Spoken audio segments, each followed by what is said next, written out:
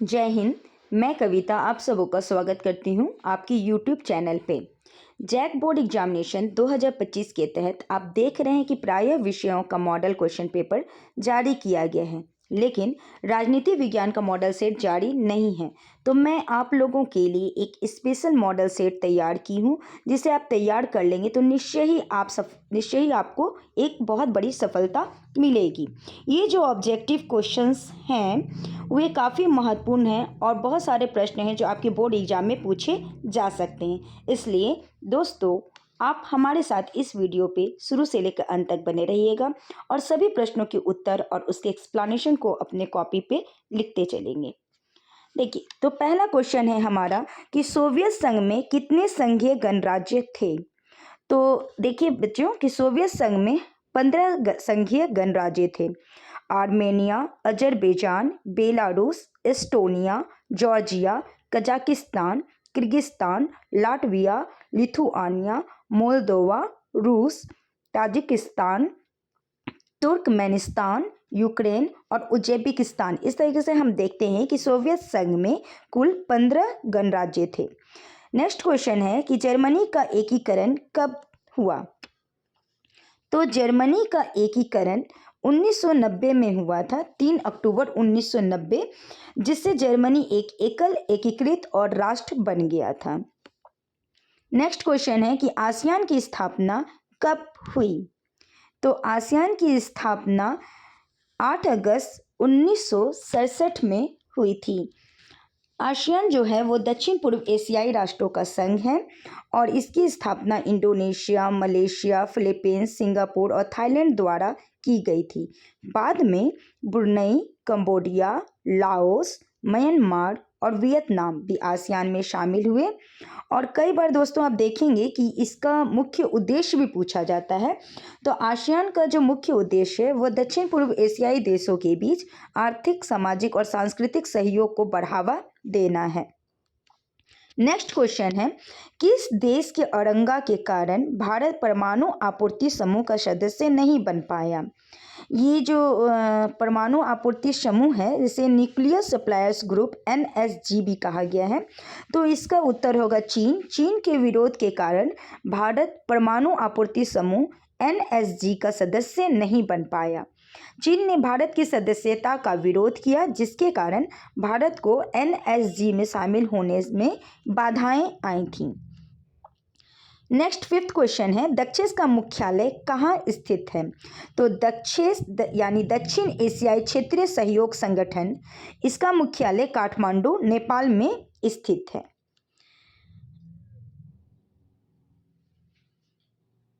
Next question है, national conference party किस राज्य में सक्रिय है। तो नेशनल कॉन्फ्रेंस पार्टी जो है वह जम्मू और कश्मीर राज्य में सक्रिय है। यह पार्टी जम्मू और कश्मीर की राजनीति में एक महत्वपूर्ण भूमिका निभाती है और इसका जो मुख्यालय है वह श्रीनगर में स्थित है। नेक्स्ट 7th क्वेश्चन नंबर है, किसकी सिफारिश में महासभा महासचिव की नियुक्ति करता है। तो महासभा सुरक्षा परिषद की सिफारिश में महासचिव की नियुक्ति करता है। संयुक्त राष्ट्र के चार्टर के अनुसार महासभा सुरक्षा परिषद की सिफारिश पर महासचिव को नियुक्त करता है। तो इसका उत्तर होगा सुरक्षा परिषद। नेक्स्ट है, निम्न में से कौन सुरक्षा परिषद का स्थायी सदस्य नहीं है। तो जैसा कि हम जानते हैं कि संयुक्त राष्ट्र सुरक्षा परिषद के 5 स्थायी सदस्य हैं, जिनमें संयुक्त राज्य अमेरिका, रूस, चीन, फ्रांस और यूनाइटेड किंगडम, जिसे ब्रिटेन कहा जाता है, ये शामिल हैं। तो यहाँ हमारे पास जो ऑप्शन है इसमें फ्रांस, ब्रिटेन और चीन दिए गए हैं, लेकिन इटली जो है ये इसमें नहीं आते, इसलिए इटली इसका आंसर होगा। नेक्स्ट क्वेश्चन है, एमनेस्टी इंटरनेशनल किससे संबंधित है। तो एमनेस्टी इंटरनेशनल मानवाधिकार से संबंधित है। यह एक अंतर्राष्ट्रीय मानवाधिकार संगठन है जो दुनिया भर में मानव अधिकारों की रक्षा और प्रचार करने के लिए काम करता है। नेक्स्ट 10th नंबर क्वेश्चन है, शांति हेतु एकजुट हो जाओ, यह योजना का प्रस्तावक कौन था। तो चूंकि शांति हेतु एकजुट हो जाओ, ये जो प्रस्तावना है, ये इसका मतलब है यूनाइटेड फॉर पीस भी कहा जाता है। यह एक अंतर्राष्ट्रीय पहल है जिसका उद्देश्य जो है विश्व शांति और सुरक्षा को बढ़ावा देना है। और यह योजना के जो प्रस्तावक हैं वह डीन अचेसन हैं। इन्होंने इस योजना को संयुक्त राष्ट्र द्वारा शुरू की थी और इसका मुख्य उद्देश्य जो है वह है दुनिया भर के देशों और समुदायों को शांति और सुरक्षा के लिए एकजुट किया जाए। नेक्स्ट क्वेश्चन है, 1992 में किस शहर में पृथ्वी सम्मेलन हुआ? तो यह आप देखिएगा, इसका उत्तर है 1992 में रियो डी जेनेरो जो ब्राज़ील में स्थित है वहाँ पे पृथ्वी सम्मेलन हुआ था। इसे रियो पृथ्वी सम्मेलन या रियो सम्मेलन के नाम से भी जाना जाता है। और यह जो संयुक्त राष्ट्र का एक महत्वपूर्ण सम्मेलन था जिसमें पर्यावरण और सतत विकास पर चर्चा की गई थी। नेक्स्ट क्वेश्चन है, चिपको आंदोलन का उद्देश्य क्या था? तो चिपको आंदोलन का जो उद्देश्य था वह था वनों की कटाई को रोकना। यह जो आंदोलन था 1970 के दशक में उत्तराखंड में शुरू हुआ था, जब सरकार ने जंगलों की कटाई की अनुमति दी थी। आंदोलन के नेताओं ने पेड़ों से चिपककर वनों की कटाई का विरोध किया और सरकार को वनों की सुरक्षा के लिए मजबूर किया था। तो इसमें आप देख रहे हैं कि ऑप्शन में पहला ऑप्शन है वृक्षों की अंधाधुंध कटाई को रोका जाए, तो यह सही लग रहा है। फिर है कि विषैली गैसों के उत्सर्जन को सीमित किया जाए, तो यहाँ गैस से संबंधित कुछ भी नहीं था। यह आंदोलन जो था वह वनों की कटाई से संबंधित था। तीसरा ऑप्शन है टिहरी बांध की ऊंचाई को अधिक ना हो, तो यह भी नहीं हो सकता है। और नेक्स्ट ऑप्शन जो है वह है विस्थापित लोगों का पुनर्वास किया जाए, तो इसमें पहला जो ऑप्शन है वृक्षों की अंधाधुंध कटाई को रोका जाए, यही चिपको आंदोलन का उद्देश्य था। नेक्स्ट क्वेश्चन है, किसने कहा कि साम्राज्यवाद पूंजीवाद का अंतिम चरण है? तो इसका उत्तर V.I. लेनिन होगा। लेनिन ने कहा था कि साम्राज्यवाद पूंजीवाद का अंतिम चरण है। उन्होंने अपनी पुस्तक साम्राज्यवाद पूंजीवाद का उच्चतम चरण में इस विचार को विस्तार से बताया है। आगे हम लोग 14th नंबर के क्वेश्चन में जा रहे हैं। तो ये क्वेश्चन है कि राज्य पुनर्गठन आयोग की स्थापना कब हुई थी? तो राज्य पुनर्गठन आयोग की स्थापना 1953 में हुई थी। इस आयोग की अध्यक्षता फजल अली ने की थी और इसके अन्य सदस्यों में K.M. पानिक्कर और H.N. कुंजरू जी शामिल थे। आयोग ने भारत के राज्यों के पुनर्गठन के लिए सिफारिशें की थी, जिनमें भाषाई आधार पर राज्यों के गठन का सुझाव दिया गया था। आयोग की रिपोर्ट के आधार पर 1956 में राज्य पुनर्गठन अधिनियम पारित किया गया था। नेक्स्ट क्वेश्चन है, स्वतंत्र भारत के प्रथम शिक्षा मंत्री कौन थे? तो स्वतंत्र भारत के प्रथम शिक्षा मंत्री मौलाना अबुल कलाम आजाद थे। वह एक महान शिक्षाविद और राजनेता थे, जिन्होंने भारत की शिक्षा प्रणाली को आकार देने में महत्वपूर्ण भूमिका निभाई थी। उनके कार्यकाल के दौरान उन्होंने शिक्षा के क्षेत्र में कई महत्वपूर्ण सुधार किए, जिनमें विश्वविद्यालय अनुदान आयोग, जिन्हें हम UGC, और भारतीय प्रौद्योगिकी संस्थान, जिसे IIT की स्थापना शामिल है।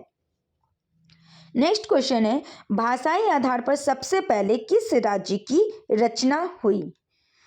तो भाषाई आधार पर सबसे पहले आंध्र प्रदेश राज्य की रचना हुई थी और यह 1 अक्टूबर 1953 को हुआ था, जब हैदराबाद राज्य से अलग होकर आंध्र प्रदेश का गठन किया गया था। तो इसका जो ऑप्शन होगा वो होगा A, आंध्र प्रदेश। नेक्स्ट है, वैश्वीकरण किस विचारधारा पर आधारित है? तो वैश्वीकरण उदारवाद विचारधारा पर आधारित है। उदारवाद विचारधारा मुक्त बाजार व्यापार की स्वतंत्रता और आर्थिक एकीकरण पर जोर देती है, जो वैश्वीकरण के मूल सिद्धांतों के अनुरूप है। नेक्स्ट 18th नंबर क्वेश्चन है, कांग्रेस के युवा तुर्कों में किसे जाना जाता है? तो चंद्रशेखर को कांग्रेस के युवा तुर्कों में से एक के रूप में जाना जाता है। वह एक प्रमुख राजनेता थे, जिन्होंने 1990 से 91 तक भारत के प्रधानमंत्री के रूप में कार्य किया था। उनकी साहसिक और निडर नेतृत्व शैली ने उन्हें युवा तुर्कों के बीच एक प्रमुख व्यक्ति बना दिया। तो इसका ऑप्शन जो होगा वो D होगा, चंद्रशेखर। नेक्स्ट क्वेश्चन है, हमारी नियोजन व्यवस्था किस विचारधारा पर आश्रित है? तो हमारी देश की जो नियोजन व्यवस्था है वो लोकतांत्रिक समाजवाद पर आश्रित है। यह विचारधारा समाज में समानता और न्याय को बढ़ावा देने के साथ साथ आर्थिक विकास को भी महत्व देती है। भारत में नियोजन व्यवस्था का मुख्य उद्देश्य देश के संसाधनों का सही तरीके से उपयोग करके आर्थिक विकास को बढ़ावा देना और समाज में समानता को बनाए रखना था। तो इसका जो ऑप्शन होगा सी, लोकतांत्रिक समाजवाद होगा। नेक्स्ट क्वेश्चन है, द्वितीय पंचवर्षीय योजना किसके द्वारा तैयार की गई थी? तो द्वितीय पंचवर्षीय योजना जो है वो पीसी महालनोबिस द्वारा तैयार की गई थी। वह एक प्रसिद्ध अर्थशास्त्री और सांख्यिकीविद थे जिन्होंने भारत की आर्थिक नीतियों को आकार देने में महत्वपूर्ण भूमिका निभाई थी। तो इसका ऑप्शन जो होगा ए, पीसी महालनोबिस सही उत्तर होगा। नेक्स्ट क्वेश्चन है, बगदाद संधि पर किस वर्ष हस्ताक्षर हुए थे? तो बगदाद संधि पर 1955 में हस्ताक्षर हुए थे। यह संधि मध्य पूर्व में सुरक्षा और सहयोग के लिए बनाई गई थी, जिसमें तुर्की, पाकिस्तान, ईरान, इराक और ब्रिटेन शामिल थे। नेक्स्ट क्वेश्चन है, कामराज योजना किस वर्ष प्रस्तावित की गई थी? तो कामराज योजना जो है वो 1963 में प्रस्तावित की गई थी। इसका ऑप्शन सी होगा। यह योजना भारतीय राष्ट्रीय कांग्रेस के नेता के कामराज द्वारा प्रस्तावित की गई थी, जिसका उद्देश्य पार्टी के नेताओं को राजनीति से अलग करके प्रशासनिक कार्यों पर ध्यान केंद्रित करने के लिए बना था। नेक्स्ट क्वेश्चन है, कांग्रेस में विभाजन किस वर्ष हुआ था? तो कांग्रेस में जो विभाजन हुआ था वो 1969 में हुआ था। यह विभाजन 12 नवंबर 1969 को हुआ था, जब इंदिरा गांधी को पार्टी अनुशासन का उल्लंघन करने के लिए कांग्रेस पार्टी से निष्कासित कर दिया गया था। इसके बाद पार्टी दो हिस्से में बंट गई थी, एक इंदिरा गांधी के नेतृत्व में और दूसरी जो थी वो कांग्रेस ओ के नेतृत्व में थी। तो इसका सही उत्तर जो होगा वह होगा 1969 में। नेक्स्ट क्वेश्चन है, नेहरू के निधन के बाद उनका राजनीतिक उत्तराधिकारी कौन बना? तो इसका आंसर जो होगा वह होगा लाल बहादुर शास्त्री। ऑप्शन डी, जवाहरलाल नेहरू के निधन के बाद लाल बहादुर शास्त्री उनके राजनीतिक उत्तराधिकारी बने। शास्त्री जी नेहरू जी के बाद भारत के दूसरे प्रधानमंत्री बने और उन्होंने 1964 से लेकर 1966 तक इस पद पर कार्य किया। उनका कार्यकाल भारत के इतिहास में एक महत्वपूर्ण मोड़ था और उन्होंने देश के विकास और सुरक्षा के लिए कई महत्वपूर्ण कदम उठाए। नेक्स्ट क्वेश्चन है, संपूर्ण क्रांति का विचार किसने दिया? तो इसका उत्तर सी होगा, जयप्रकाश नारायण। संपूर्ण क्रांति का विचार जयप्रकाश नारायण ने दिया था।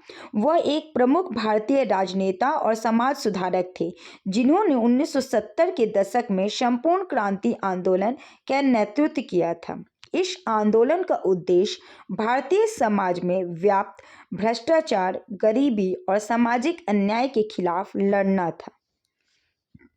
नेक्स्ट क्वेश्चन आप देख रहे हैं कि संविधान में 42वां संशोधन कब हुआ?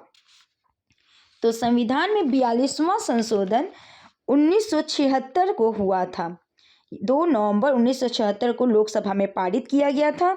11 नवंबर 1976 को राज्यसभा में पारित किया गया और इसे 18 दिसंबर 1976 को राष्ट्रपति की अनुमति मिली।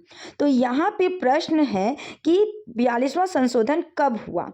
तो आप यहाँ ऑप्शन बी देंगे 1976। लेकिन अगर प्रश्न आता है कि संविधान में 42वां संशोधन कब लागू हुआ, तो उस समय आपका ऑप्शन जो होगा वो सी जाएगा 1977। क्यों? क्योंकि जब 18 दिसंबर 1976 को राष्ट्रपति की अनुमति मिल चुकी थी, तब जाकर यह 3 जनवरी 1977 से यह लागू हो गया। नेक्स्ट क्वेश्चन देखिए। क्वेश्चन है, उल्फा एक आतंकवादी संगठन है। तो ये उल्फा जो है एक आतंकवादी संगठन और ये कहाँ का है, यह प्रश्न है। तो इसका उत्तर जो होगा वो सी होगा, भारत। उल्फा यानी United liberation front of Assam. ये कई बार इसका फुल फॉर्म भी पूछा जाता है, तो इसलिए इसको एक बार फिर से याद कर लीजिएगा। यह United liberation front of Assam कहलाता है। यह एक आतंकवादी संगठन है जो भारत के पूर्वोत्तर राज्य असम में सक्रिय है। इसका मुख्य उद्देश्य असम को भारत से अलग करके एक स्वतंत्र राष्ट्र बनाना है और यह संगठन 1979 में बनाया गया था और तब से यह कई हिंसक गतिविधियों में शामिल रहा है, जिनमें बम विस्फोट, हत्याएं और अपहरण शामिल हैं। नेक्स्ट क्वेश्चन है, इंदिरा गांधी की हत्या किस वर्ष हुई? तो इसका आंसर बी होगा 1984। इंदिरा गांधी की हत्या 31 अक्टूबर 1984 को नई दिल्ली के सफदरजंग रोड स्थित उनके आवास पर सुबह 9:30 बजे हुई थी। उनके 2 सिख अंगरक्षक सतवंत सिंह और बेअंत सिंह ने उनकी हत्या कर दी थी। नेक्स्ट क्वेश्चन है, 1977 में जनता पार्टी शासन में कौन प्रधानमंत्री बना? तो 1977 में जनता पार्टी शासन में मोरारजी देसाई प्रधानमंत्री बने थे, तो इसलिए इसका जो ऑप्शन है, इसका जो आंसर होगा वो सी मोरारजी देसाई होगा। लास्ट और अंतिम प्रश्न है, 1988 में जनता दल की स्थापना का श्रेय किसे दिया जाता है? तो इसका ऑप्शन सी वीपी सिंह होंगे। जनता दल की जो स्थापना हुआ था उनका श्रेय विश्वनाथ प्रताप सिंह, जिनको शॉर्ट में आप वीपी सिंह भी कह सकते हैं, और चंद्रशेखर, देवीलाल और अजित सिंह जैसे नेताओं को दिया जाता है, लेकिन मुख्य रूप से वीपी सिंह को इसका श्रेय दिया जाता है। यह दल 1988 में बनाया गया था, जब विभिन्न विपक्षी दलों ने मिलकर कांग्रेस के खिलाफ एकजुट होने का फैसला किया था। अब आप देख रहे हैं दोस्तों कि यहाँ अभी हमने कई सारे सब्जेक्टिव क्वेश्चन भी तैयार कर रखे हैं। इसे हम लोग नेक्स्ट वीडियो में देखेंगे और ये जो नेक्स्ट वीडियो रहेगा वो पूर्ण रूप से सब्जेक्टिव क्वेश्चन पर आधारित रहेगा। तब तक के लिए धन्यवाद।